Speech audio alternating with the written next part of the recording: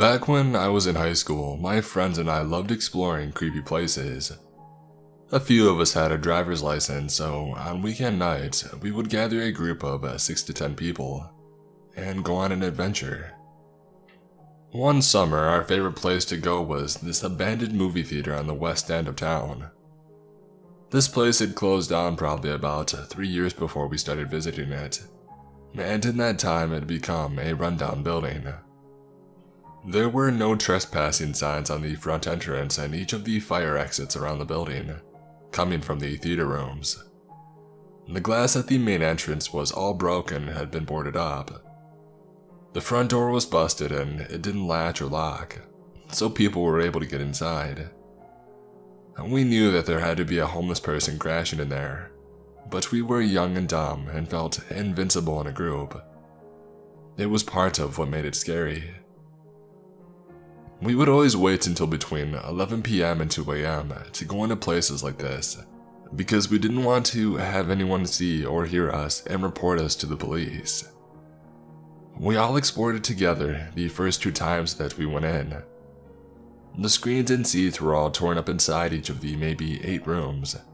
The bathroom mirrors were broken, and there was graffiti everywhere. And we were fairly sure that there were people hiding in there while we were inside, even if we never saw anyone the first 2 times that we went.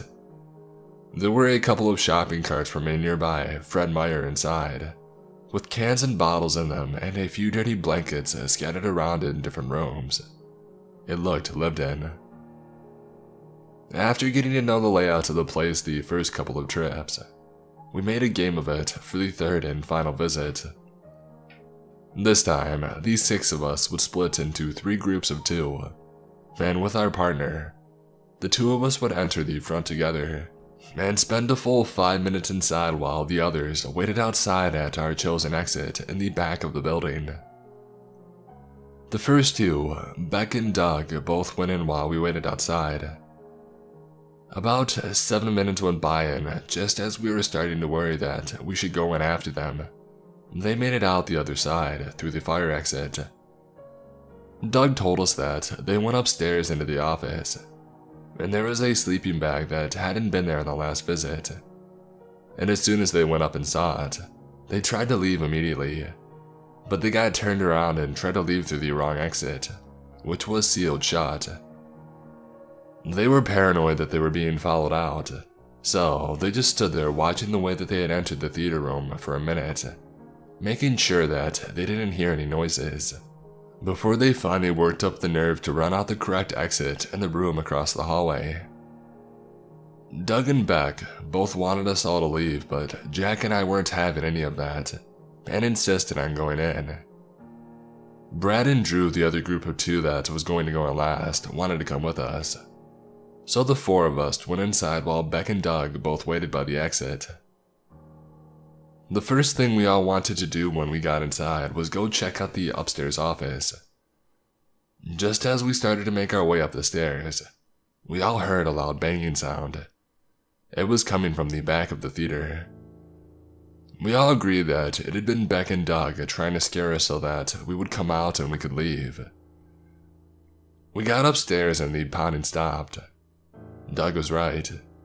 There was a sleeping bag rolled out on the ground, with a few paper bags set up around it. Brad flashed a light in one of them and saw a syringe, and something that looked like a vibrator. We were all pretty grossed out and had a little laugh about it. We looked around up there and didn't really notice anything else interesting, and we were starting back down the stairs when the pounding started again. We decided that we should probably make our way to the exit. I hoped that we hadn't been caught trespassing by the police. We came out through the exit, and immediately, both Doug and Beck were talking over themselves to tell us that about a minute after we had entered the theater, a really tall, creepy, homeless-looking man with greasy hair walked right past them, heading for the entrance. Beck said hello as he passed, and the guy stopped, turned and kind of lunged a few inches towards him before stopping. One side of his face was really wrinkly. Beck thinks maybe he was a burn victim or something. The guy stared him down for a second and then, without saying anything, turned and walked around the corner where we had gone inside.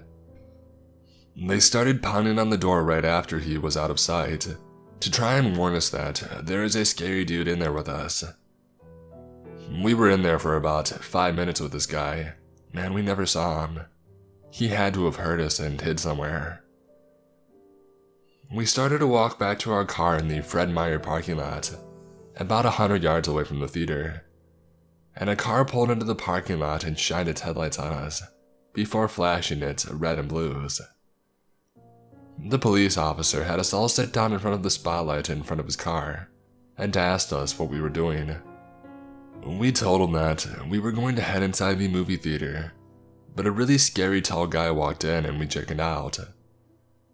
He told us that it was really dangerous to go into a place like that, and that there had been violence in the building before, and it would have been a shame if we would have got hurt doing something stupid. He let us go, and as we drove off, we saw him shining a light inside the front entrance. We took the nice police officer's advice and never went to places like this again. I never did find out what violence he was talking about. It could have just been a tactic to scare us out of coming back. We stuck to graveyards and cemeteries after this. Creepy dude that lives in condemned buildings. I'm glad I never actually met you, but thank you for getting me out of a ticket for trespassing. And thanks to everyone else hiding in the building for not assaulting myself or my friends.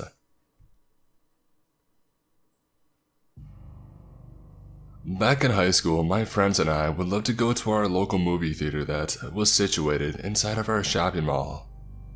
We usually would travel in big groups, but this time, it was only my friend Alex and I. We picked up a late night showing of some obscure movie. I can't recall the name because this happened years ago, and arrived on time to find our seats. Since the showing was late and the movie wasn't a box office hit, the theater was empty. We situated ourselves in the middle, where we could get a perfect view of the screen. Strangely enough, a couple that arrived late decided to sit in a row, with only 2 seats between us and them. My friend and I exchanged confused looks and then shrugged it off, figuring it was solely because we had prime viewing seats. As the theater got dark, things got a little weird. The woman of the pair kept looking over at us every few minutes. The first couple times I figured she was just a nervous person and was adjusting to her surroundings. Yet maybe an hour into the movie, she kept the pattern up. She wasn't even discreet with her staring, because she would turn her head completely towards us. I could see her entire face. I still see it in my head today. I nudged my friend and told him about the girl staring, and he whispered that he had noticed too. At this point, I was feeling very anxious and almost wanted to leave the movie early. My friend didn't want to though, so I decided staying with him was safer than leaving alone. Plus, I was his ride home too, so I didn't really have a choice. Throughout the movie, the girl continued to look over. Every now and then, she would whisper something to her counterpart, but he himself never looked over. Once the movie ended, I grabbed my friend by the arm and told him that we should get going because it's late. He followed suit as I sprinted out of the theater. Once we were out, the halls were empty because of the fact that barely any films played towards the end of the night. I was about to say something to my friend about how the couple next to us freaked me out, but they ran out of the door seconds after us. I was freaking out on the inside, but decided to try my best to keep my composure. My friend was definitely aware of them closely following us out of the theater, but he isn't the type to be confrontational, so we just sped walked to my car. Once we got in the car, my intuition told me to just get out of the parking garage as fast as I could. I saw the weird couple make it to their blue car, which was on the same parking garage level to us. That wasn't surprising because the entrance to the mall is on that level, so everyone parks there. I sped out of the parking garage and drove towards the main street. I told him to keep a lookout and see if their blue car was following us. He looked back and said the coast was clear. I felt so relieved.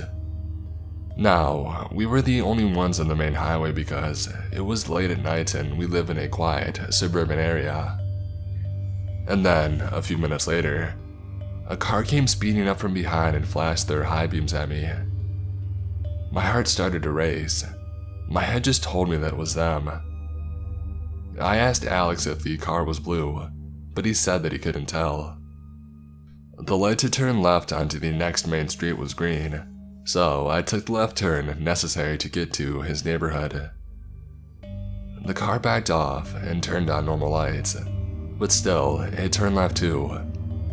I caught a glimpse of the car and started yelling once I realized that it was the weird couple's blue car. Alex told me to gun it, so I slammed on the gas and sped down the last main street before I had to turn into his neighborhood. The blue car wasn't tailgating me, but was clearly following not too far behind. When the streets are empty, it's easy to follow someone since there aren't any other cars to dodge. I turned into my friend's neighborhood, but decided to drive past the street so that they wouldn't see where we were trying to go. The blue car followed us into the quiet neighborhood and was picking up speed to get closer to us. My friend Alex was panicking and asking what I was going to do. I just kept quiet as I sped too quickly down a random neighborhood street. I could see the car's lights behind me as I made a turn onto another street, but they were far enough so that they couldn't see me for about 30 seconds after I took the next turn. After I turned into another unfamiliar street, I turned my car off and flipped it into neutral gear. My car is a manual, so I am very familiar with driving it, and I knew that I had enough momentum to roll into an empty parking spot, even though my car was off. I slipped into the spot on the curb and pushed the brakes to get to a stop before the blue car could clear the turn to get into the street. I reclined my seats back completely and told Alex to lean all the way forward and not move. We sat there in the silent and dark car, my ears ringing from how quiet it was. My heartbeat was fluttering faster than it ever had before. I think it was a mix of fear and adrenaline. Within a few seconds, the blue car cleared the turn and started slowly driving down the street. It made its way past my car that was parked on the side of the street, and luckily for us, I drive a standard black Scion TC. There's nothing notable about the car. I haven't even changed the license plate frame. So, they must have figured that the cars parked on the road belonged to the people that lived in the neighborhood. Alex and I literally stayed in our hiding positions for 10 minutes, just in case the weird couple decided to drive by again. Luckily, they never did. Once we got up, we just stared at each other and didn't know what to say. We were both freaked out and had no idea of what the couple had planned to do if they had caught up to us. To this day, I still don't know what their intentions were. Maybe they're just a couple of deviants who enjoy freaking out young high school students. Or maybe they had even a more sinister plan for us. All I know is that I don't go to the theater late at night anymore, unless I'm with a big group of friends. For a little background, I am a shorter blonde female, and at the time of this story, I was 15. I was a freshman in high school and had a friend named Gino that I was super close with. More of a brother to me than a friend. Gino was a junior at the time and a varsity football player, so you can guess that he was in pretty good shape and could be intimidating if needed. Anyways, it was a Thursday and Gino asked if I wanted to get dinner that evening after school and then see a movie. I said yes and told him that I would see him at the theater around 6:30, so we could eat before the movie that started at 8 p.m. He obviously drove at that time but had to do some stuff after school, so I asked my mom to drop me off at the theater to meet him. Fast forward to 6:30, and my mom drops me off at the movie theater and leaves. Gino isn't there yet, and I get a text from him saying that he was going to be a little bit late, and wouldn't get there till around 6:50 or whatever. I didn't know where we were going to eat yet, so I just sat down on the bench and I waited for him. At the time, a brand new hamburger place had just opened up right by the theater. About 2 minutes into waiting and texting on my phone, I am interrupted by a man who was probably about 6'2", white, brown hair and in his mid-30s with a typical business-looking type. He said, "Are you lost?" I looked up at him, startled, and then obviously tell him that, no, I'm waiting for a friend to see a movie. He then proceeds to have small talk with me, and although I'm already a little creeped out, I talk back to him since it's summer. It was April, but I live in Arizona and April here feels like summer. And being around 6:40ish now, it's still light outside.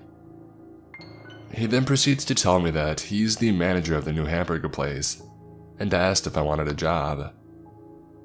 First off, the fact that he's asking a random girl if she wants a job is already strange, but I just turned him down saying, "Thanks, I already have a job."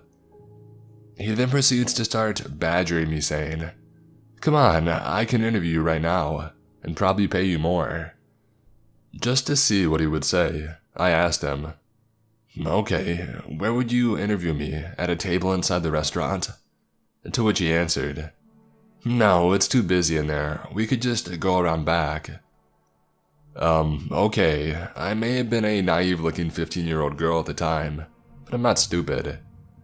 I told him again, "Thanks for the opportunity, but no," hoping that he would leave. Nope.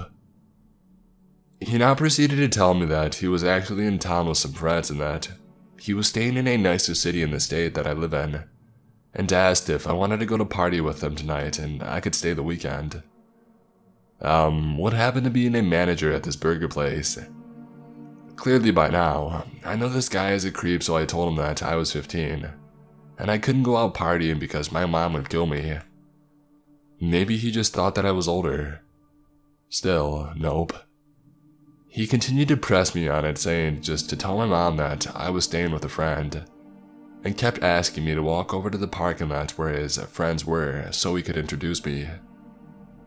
By this point, I'm standing up trying to think of ways to get out of this situation. And by the way, there's at least 10 people around since we're in public at a movie theater. But do you think one person noticed this 30-something-year-old guy creeping on a 15-year-old? Of course not. At this point, I noticed the man was getting a little irritated.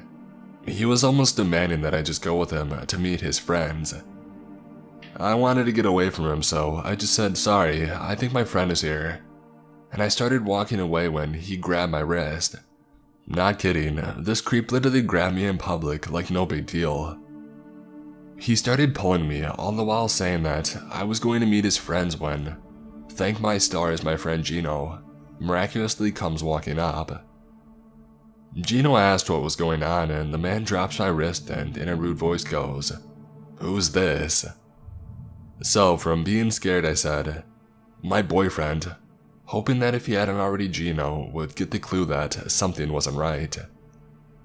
The man gave me an evil glare and said, "I thought you said you were waiting for a friend, not a boyfriend." At this point, Gino started pulling the tough guy act, and started asking the guy what the heck he wanted and to get the heck out of here. The man, without arguing, just power walked away towards the back of the burger place, acting all upset. Gino wanted to chase after him, but at that point, I was shaken up, and really just wanted to see our movie. Needless to say, I never saw the guy again, but to this day, I think about what he wanted. If I was naive enough to go with him, what would have really happened? I have no clue, but seriously, I'm lucky I wasn't stupid enough to find out.